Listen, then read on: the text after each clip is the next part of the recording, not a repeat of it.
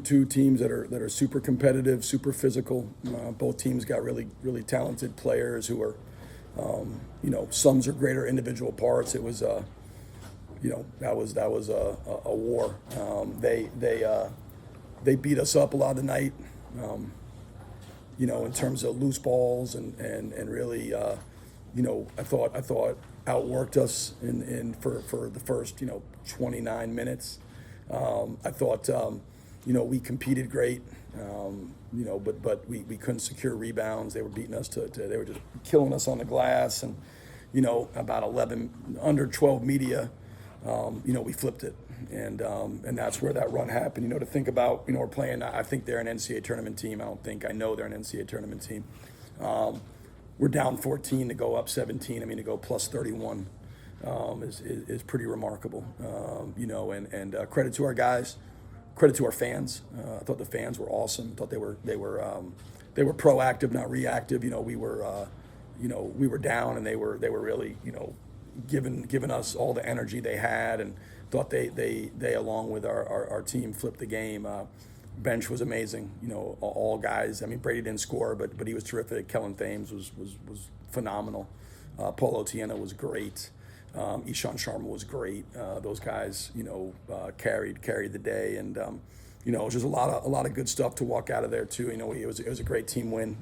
Fans were awesome, but emotional, physical game against a team that, we've talked about this. We have an incredible respect for VCU, for Dayton, in this league in terms of, they've set a standard, and, we're trying to put ourselves in position to challenge those guys. And, it's a physical, hard fought. With VCU, they're going to be super talented, but they're going to be disciplined and tough, physical, and they were. And, it was everything we thought it'd be, but they took us to a level. We were able to raise our game, raise our physicality to match it, and found a way through. Those last 12 minutes, did you feel you guys got back to what you wanted to see from this team in the last few games? It hasn't been there. Yeah, I didn't think the rest of the game was as bad. I know the score or whatever, but I told the guys at halftime. Our shot profile was better than their shot profile. Now they were making threes, but it wasn't the guys that we were necessarily super worried about making threes. They had guys who were not great shooters, that we were having to give something. And credit to them, those guys made shots in the first half, but I thought our shot profile was better. We just couldn't make shots. Shooting's a variance in the game, and it makes it, look like, you're playing great, playing bad. I was much more concerned with the fact that we couldn't get a defensive rebound in the first half. And but I thought, we were 3 for 13 from three at halftime, and I thought our looks were pretty quality. I was a little bit, I thought we had a stretch. We had, 3 straight bad rim decisions, and then a bad 3. Guy thought he got fouled and fired one up, and so we had about 5 out of 7, 5 out of 8, where we had some bad possessions. But the threes in the first half. You're looking at, you go Terrence Hill and Jadron Tracy are the guys you're uber concerned with, and and first half they didn't make any. It was the other guys who made them. It was Djokovic. We had to do a better job, of course, but at the end of the day, it was the rebounding that was just killing us in the first half. Go ahead. Kellen started that run with a sequence of plays. How does he just flip the switch like that, and how do you get him to do it more often? Yeah, I'd love to see him do it more often. Certainly, when he plays like that, he changed our team.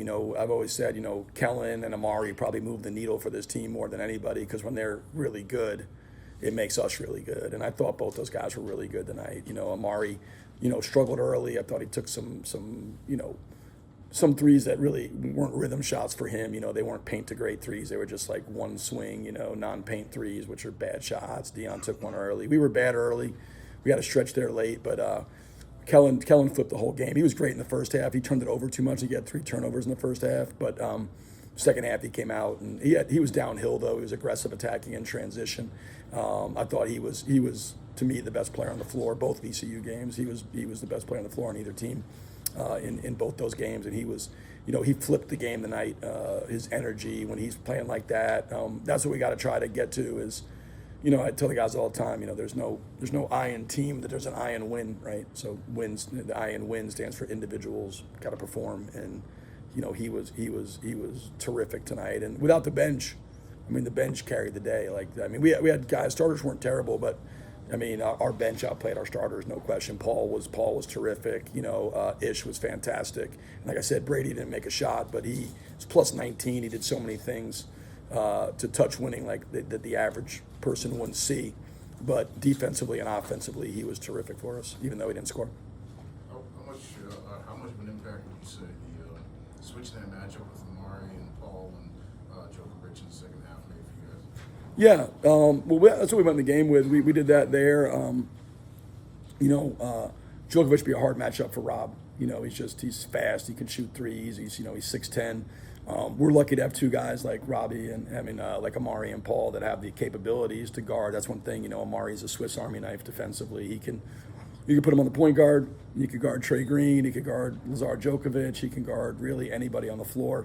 When he's engaged, he's the best defender in our league, and there's a lot of great defenders in our league, but Amari's the best because when he's engaged, there's not a position on the floor that he can't. He can go down and guard the smallest, fastest guy. He can guard the biggest guy.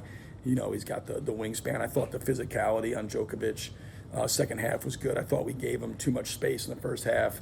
Part of the reason we put Paul and Amari on him is because they have the speed to get up into him, and I thought they were giving him too much space on those threes. So, we just made that adjustment at halftime to really get up in the ball, be more aggressive, try to force him to drive, and I thought they did a great job. Both those guys, second half. He's a hard matchup because he can at his size, he can post you, he can shoot threes, he can drive the basketball. He's been playing great. I thought second half we were able to kind of not shut him down completely, but we certainly made it a lot harder for him in half two than it was in half one.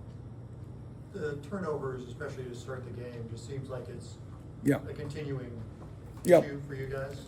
Yeah, our starts haven't been great last, but I would say we really were until the last 5 or 6 games a fast starting team. If you really think about the season, we've always come out and been really good early usually, and then So I don't know. We gotta figure that out. We some turnovers. Early, I thought we were a little sloppy offensively early. Like our shot selection wasn't as good. We weren't playing with force. We were on our heels early, and then I thought we settled in. I thought we were really bad offensively early. We took 3. Mari took 2. Dion took 1. Non-paint threes, just swing threes. That if you're not an elite shooter, those are hard shots. The ball doesn't touch the paint. That's like, we call it average early, just an average early shot. Like you're shooting an average shot early in the clock. It makes no sense. We got to keep playing. I thought as the game went on, we kept playing. We kept layering triggers. Our ball movement, body movement got much, much better. We attacked with much more purpose and intentionality. And that happened in the first half. We had another stretch of 5 out of 8, I told you, where Dion made a bad rim decision. Q made a bad rim decision. Dion shot a mid. Brady thought he got fouled. I mean, I could go through the plays, but you guys, I'm not going to bore you with it. But, that was that stretch. We had to be, outside of that, I thought we were pretty good offensively, but we certainly got to figure out the starts. Coach, can you talk about your perspective on what transpired in the game? Yeah, so I would preface it by saying that I was shaking hands and talking to Phil Martelli when it started, so that I don't have but the gist of what I saw was we were dribbling the ball out, clock was running out. I guess we probably could have picked the ball up as opposed to dribble it, I would assume. The guy for their team went to go steal the ball, which is, not illegal by any stretch. It's certainly not, it's frowned upon, but not illegal. So he stole the ball and went to go shoot it, and Rob fouled him. And then their guy two-hand shoved Rob in the back, and then I think our guy came in and stood up for his teammate and shoved him back. And so it's, it'll get blown out of proportion, but at the end of the day, it's an emotional game. You're playing a rival. I mean, they're I don't know if we're a rival to them, but they're a rival to us, and so, emotions run hot, but I didn't, at least from what the initial, there wasn't anything that was significant. It was literally just guy stole the ball. Rob didn't take too kindly to it, fouled him. And then that guy didn't take too kindly to Rob fouling him, two-hand shoved him in the back, and then our guy shoved that guy back. And then everybody just milled around and, did what the general basketball fighting does, which is everybody's trying to get held back so they don't have to do anything, and everybody's, so it's at the end of the day, it'll be nothing, but it was, I know I get the question for sure. Coach, Paul made one shot all night, but you guys definitely don't win this without him. Can you just talk about his effort and the things that he did to help you bring this one together? Oh, yeah, Paul's awesome. 5 offensive rebounds, the defense on Djokovic, the ability to switch and guard different positions, his rim protection. A couple of the threes we got are because he's sprinting the middle of the floor and he's sucking the defense to the rim. The defense has to account for him, and we get spray threes. Paul does a lot of things that are invisible inside the game that drive winning. And Paul's a winning player. I thought he was fantastic. Made his free throws, and it just shows like he and Brady, they combined to make one shot. But if you look at like their impact in the game, like Brady's plus 19, Paul's plus 9. Like you don't have to make a ton of shots to impact and affect winning and put your fingerprints on winning. And those Paul's fingerprints are all over this game on both ends of the floor. He was awesome. Coach, you talked about after the Rhode Island game how they kind of punched you in the mouth. VCU kind of came out and did the same thing. How are you guys able to stabilize to stay in the fight to set up for the kill shot late? Yeah, I think what happens, when you're playing against really good teams, we talk about this a lot. Like competition, really good competition can take you to places that you probably you couldn't get to on your own. You need the competition to push you there, to take you there, to raise your level. Otherwise, you lose. And I think Rhode Island, we tried to flip the switch and we just didn't have it. We didn't have it really on either end. Against them, and credit to them, they made every big play, made every free throw, made every we missed every free throw and missed every play, and we were playing with fire. Tonight wasn't as much that. I felt like the area of growth for us, the biggest area of growth for our team is in the physicality department. We have to be more physical, more consistently if we're gonna have a chance to. We've had a very good season to this point, right? We're 25-2. If we're able to finish it the right way and win a championship, it's a great season, no matter what happens. You can't have a special season unless you perform in the postseason. If we're going to have a special season, the physicality piece has got to match the rest of it, and that's on me to do as a coach to get it to where it needs to be. But we showed tonight, I'm in the under 12 media on our guys because we're down. I think it was 57-51, and and it's right under 12, and I'm like, if we can rebound, we'll win the game. If we're tough enough to get rebounds. And from there, we really cut the water off, and that triggered everything because we were getting stops. We just weren't finishing possessions. And then once we started finishing possessions, then the dam broke, and that's how basketball works. It's hand in hand. It's hard to be good on offense if you're always in the ball out of the net, and it's hard to be good on defense if you're always in transition. So scoring helps your defense, and getting stops and rebounds helps your offense, and they work hand in hand. Josh, you mentioned that VCU is a big rival for you guys who don't know how Yeah. to about it. But as you're building a program, how big is the Sweet Bowl? No, it's huge. It's VCU's and Dayton. I think in the Atlantic 10, when you come in, you always look at a league. When I got to Indiana State, there was no question. It was like Northern Iowa, Drake. When I first got there, Loyola. There was programs that kind of set the standard. And when you come to the A10, there's no question that you don't have to look far. And it's VCU and Dayton. Their track record of success, the history, and so to come in and I think is that now is it 3 in a row that we beat them? Is that right? Yeah. So 3 times in a row.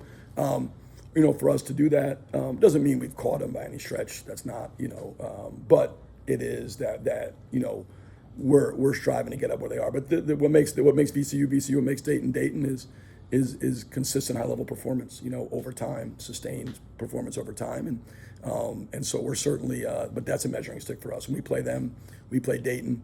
Those are teams that we're trying to aspire, to catch and to get and to pass. And so.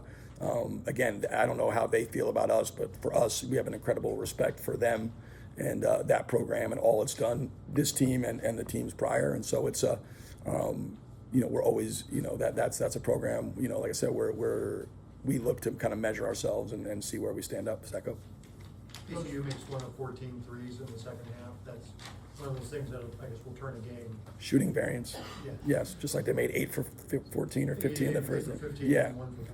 Yeah, and so everything looks better or worse depending on shooting variance. I know people hate hearing that because it sounds like a cop-out, but they actually, to me, got some better looks in the second half. A couple wide open ones, Djokovic, Bell, they missed them.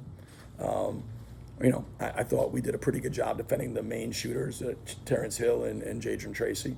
I think they made one combined. But we had to give up some stuff with help. We were willing to help more off certain guys, and then, they're going to get better looks. And the first half they made us pay, second half they didn't. But you can't take everything away from every team. That you have to, to take something away, you just have to give something up. And in the first half we gave them up, they made them. But I think it's harder to make shots second half. You got 10,000 plus screaming at you, and the fatigue of the game, it gets tighter. Everything gets harder later in the game. To do things, and particularly if that's not what you do. That's not like in your repertoire. Like, you can still do it. Mari made a huge three at VCU to flip the game. It's not like what he does, but it's be like for us if. For them, the first half would be like if, Dion and Mari combined to make 7 threes. Like, teams are going to let them shoot those shots. Now, if we make them, it looks great. If we don't, it's like, what's the coach doing? Why is he letting them shoot those shots, right? So that's the shooting variance, and that's in the second half, flipped in our favor. Amari's free throw shooting? Yeah, Amari's free throw shooting. But he made the front end of a 1-and-1. He did, 1 for 6, huh? Wow.